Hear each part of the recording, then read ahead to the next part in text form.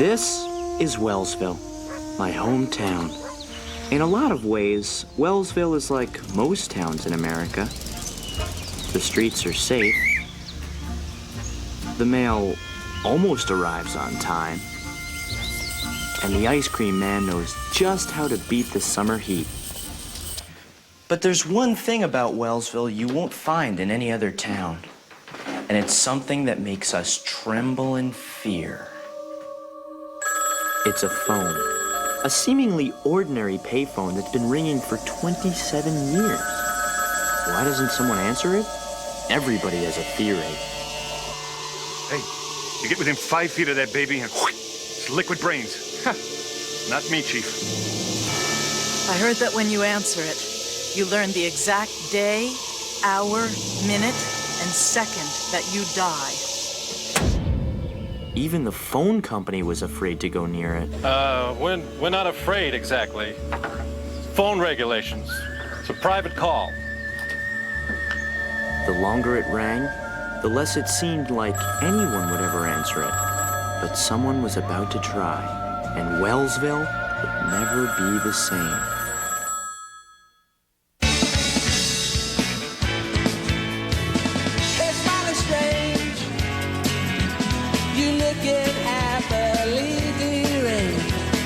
Can you settle in bed? Or have you picked your target yet? Listen, dear. Don't your dog bite? Listen, dear.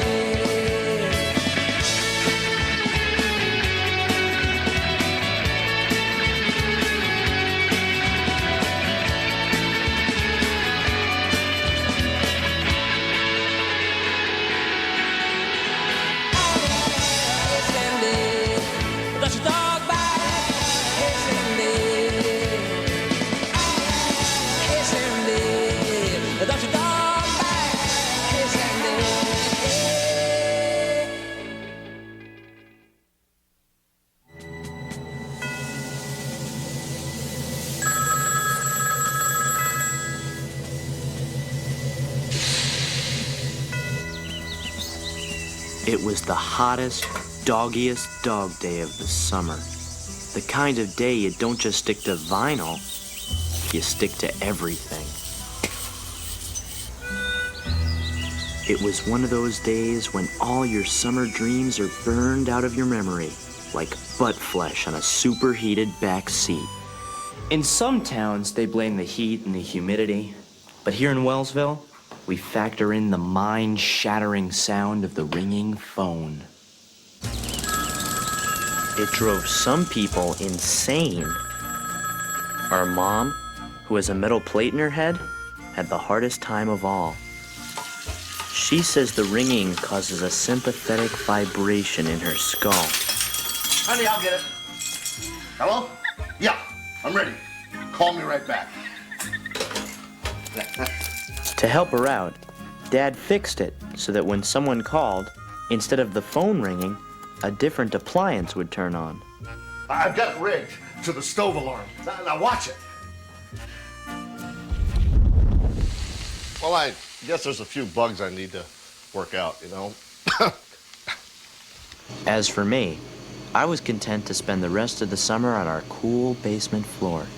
It wasn't exactly Thrillsville, but at least I wasn't outside. Green spotted horse fly. 5 o'clock. It's going after Carl. Carl, you gotta get out of there. It's on me. It's biting. Impervious to the summer heat, even Pete's superhero Artie couldn't pull their vacation out of the sinkhole. What's up? About the only two people still functioning in town were my mom and my best friend Ellen, helping out at the Ringing Phone Crisis Center. Hello? There's a freak out on the corner of Douglas and Maple. Hurry! Got a book. What do we got, Hub? Looks like a 417. Your jacket.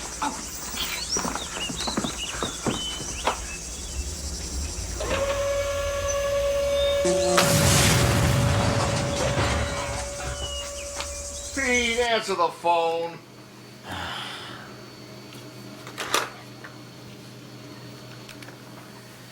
Hello? Pete, there's a phone crisis at Patterson Field. We could really use a volunteer. I'd like to, but I'm on to something.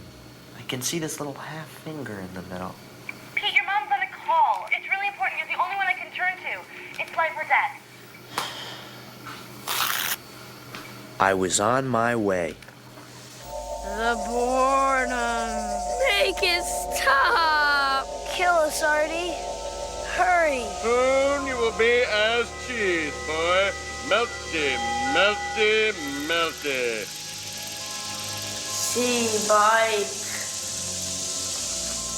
Shiny bike. Shiny bike. Go. Follow. Shiny bike. As I raced to the rescue, Pete and his friends followed me. The way a fish follows a lure.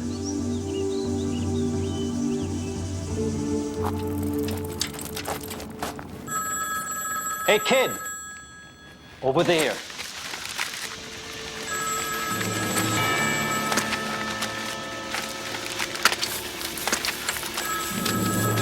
Ow! Quick, stay low and watch out for paper cuts.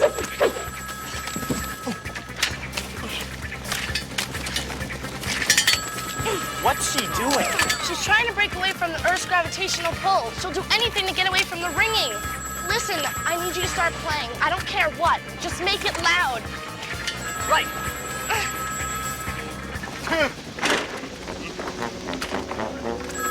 Hello, Mailwoman McGinty.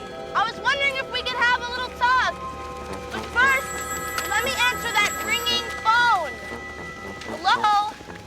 Oh, sorry, wrong number. There, it stopped. Now we can have that little talk.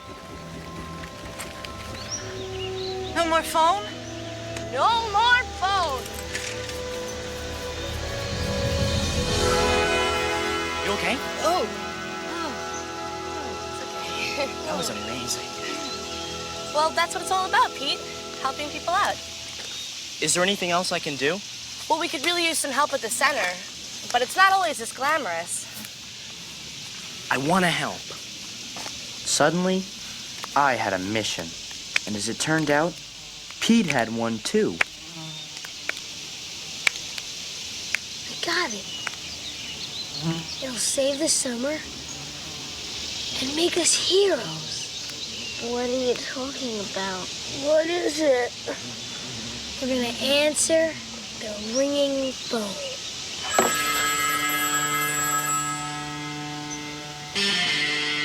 For 27 nerve-splintered years, Wellsville had wondered who would save them from the wrath of the ringing phone. Now we had our answer. There was Libby Hurley, who had mastered the Vulcan nerve pinch. Clem Linnell could hypnotize dogs. Nona Mecklenburg's speech patterns could cloud men's minds. Pete could produce 7 kinds of body cheese. And then there was Artie, whose powers were endless. Oh, green pipe! I will destroy you yet! Finally, there was Carl Hayden, who had the power of being a complete wuss. What's the matter? Can't move. Must be force field.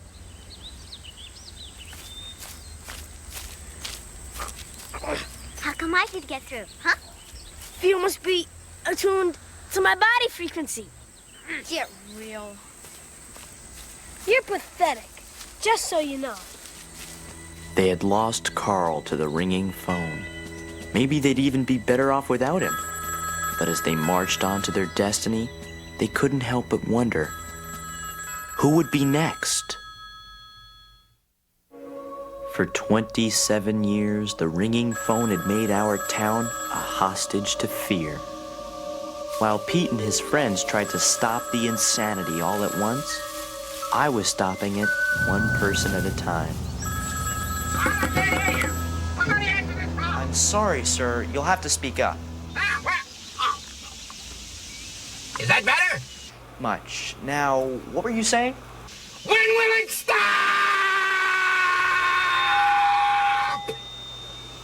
Hello? Hello? Hello? Sir? Sometimes they're just looking for answers. What do you tell them? It's not like you know when it'll stop. We know when it started. May 15th, 1967. Look, But who was the call for? I mean, was somebody expecting it? they think so, but nobody knows who it was. What if you could find that person? Pete. Don't you see? That's the person the call was meant for. Maybe they're the person who has to answer it.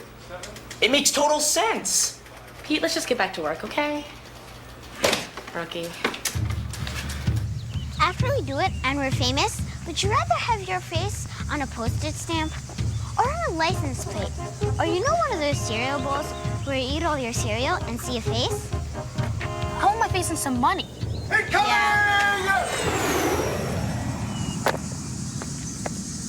What are you doing, Hub? Saving you from a fate worse than death, that's what.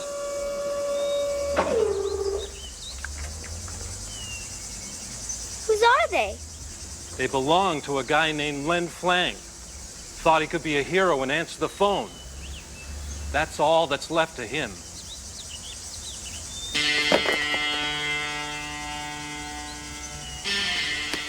They're fake. If he blew up, they'd be goo. Onward! My Vikings.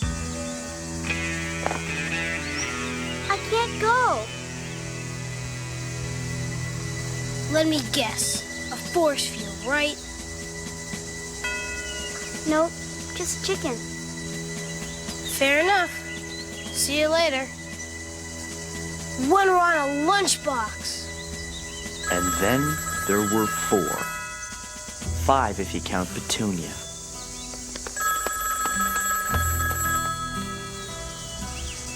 It's just a payphone, sir.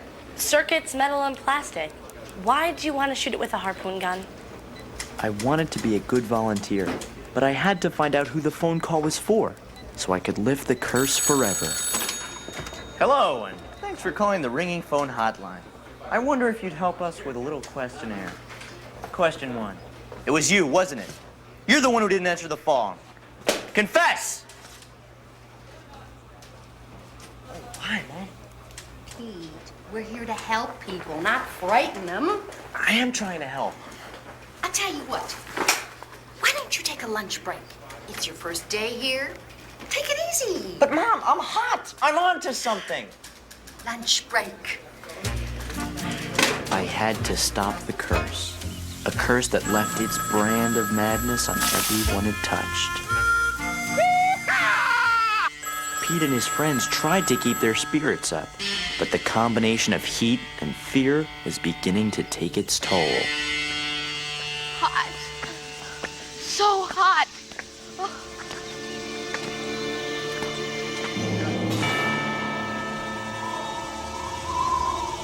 Tasty. Ah! Get away! Get away! Ah, Clem, you're talking crazy. Oh, Booty, away with you, mine master.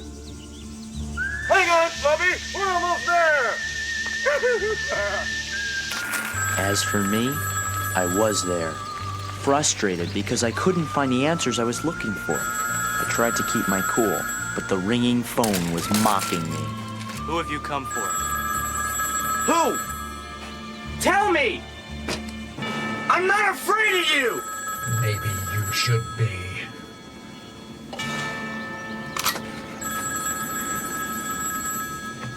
Stand back. I know that voice. You call the hotline. What are you doing? Don't be alarmed. I'm a psychiatrist. A psychiatrist. Maybe you can help me. Meanwhile, one last obstacle stood in the way of the Magnificent Four. Out of our way, gatekeepy. Sorry, Chief. I can't let you cross. This street's been declared a danger area. I call it a stovetop. It takes more than some hot asphalt to stop us. But Nona was wrong. In fact, It took nothing more than hot asphalt to stop them in their tracks. Great! Now we're stranded! You'll have to go on without us. You can break the code of the crosswalk, Chief, but you can't break the laws of physics. That's what you think, cross boy.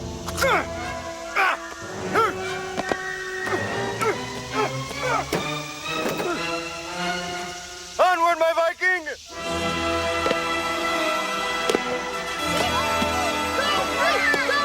Come on, my Viking! That's it! It's good! One boot, and then the other shoe, and then the wingtip.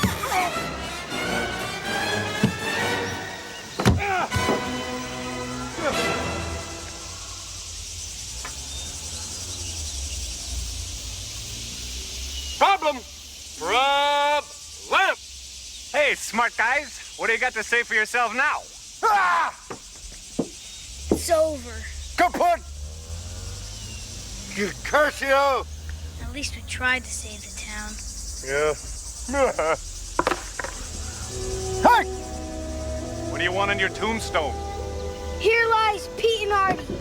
They answered the call.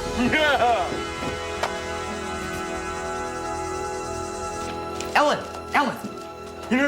A psychiatrist, a Dr. Bert Looper. He drew up this whole psychiatric profile of the first passerby. Listen. Probably filled with guilt. Feels the need to help out. Maybe here. Disturbed by the sound of ringing phones. Wow. Who could it be? I was about to find out.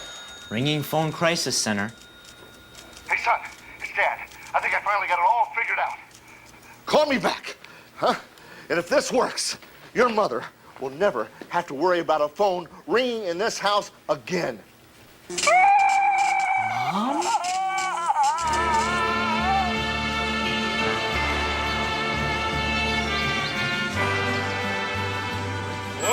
Boy! Don't let it smell your fear! Too late. Go! Finally, Pete and Artie had come face to face with their dreaded foe. Your kind never learns, does it? No, Artie, don't do No! it. Please, boy. Stand back! This phone is going down, for I am Archie! The strongest man!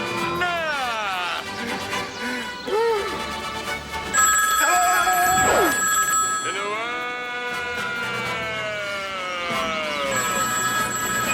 And then there was one. It's the last roundup, Cowboy Ed. Time for all good dogies to mosey on to bed. You giddy up now. I know, Mom. Know what, dear? It was you, wasn't it? The phone call. It was for you this whole time. Why didn't you answer it? Pete, I was younger than you. I was just walking by and it started ringing and I thought it might be for me, but I was afraid. For 27 years? Yeah, well, I volunteer every day and I've done everything I possibly can to help. Except answer it. Oh, I'm sorry. Look, I gotta go.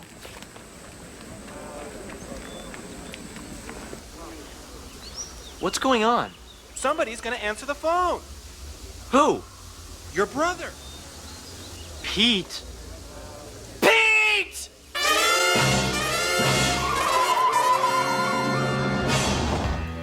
It had all come down to this.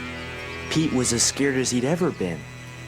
But as he felt the panic surge through his body, he finally understood the curse of the ringing phone. I'll get it. It wasn't about learning the moment of your death or liquefying your brains. The curse was living in fear, and that was something he couldn't live with anymore. Excuse me, trained professional coming through. Excuse me. Joyce, what are you doing? Something I should have done 27 years ago. Pete! Pete! Pete! Pete, no! Pete, it's up to me.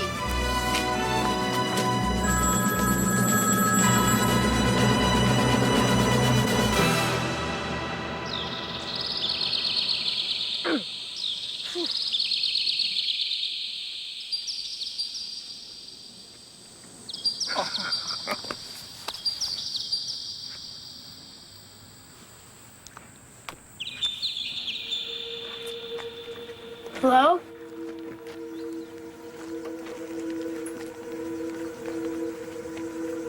It's for you.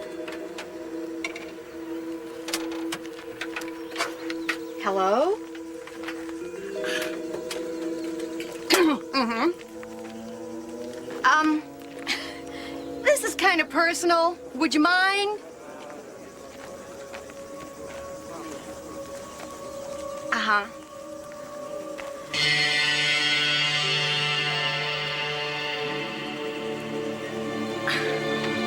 You know, you could have just called me at home. Why don't we talk about it, okay? For 27 years, Hub Callister had been reaching out to my mom.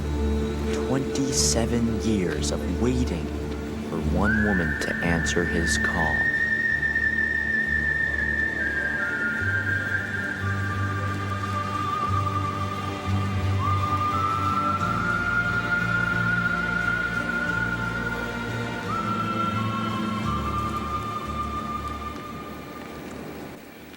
I've loved you since the 7th grade.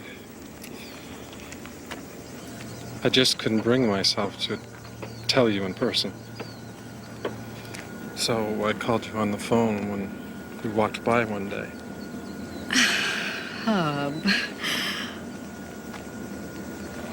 When you didn't answer, I just kept it ringing. I got this job to stay with it.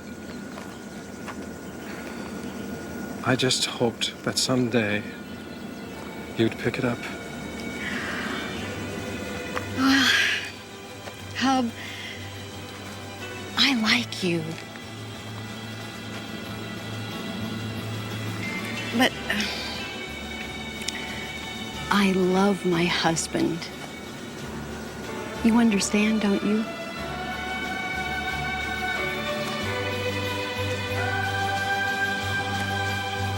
After nearly 3 decades of fear, the curse was finally over.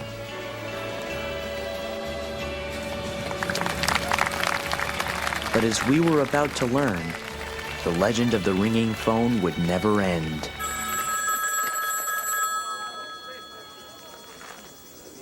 Hub knew that Mom would never pick up the phone, but it didn't really matter.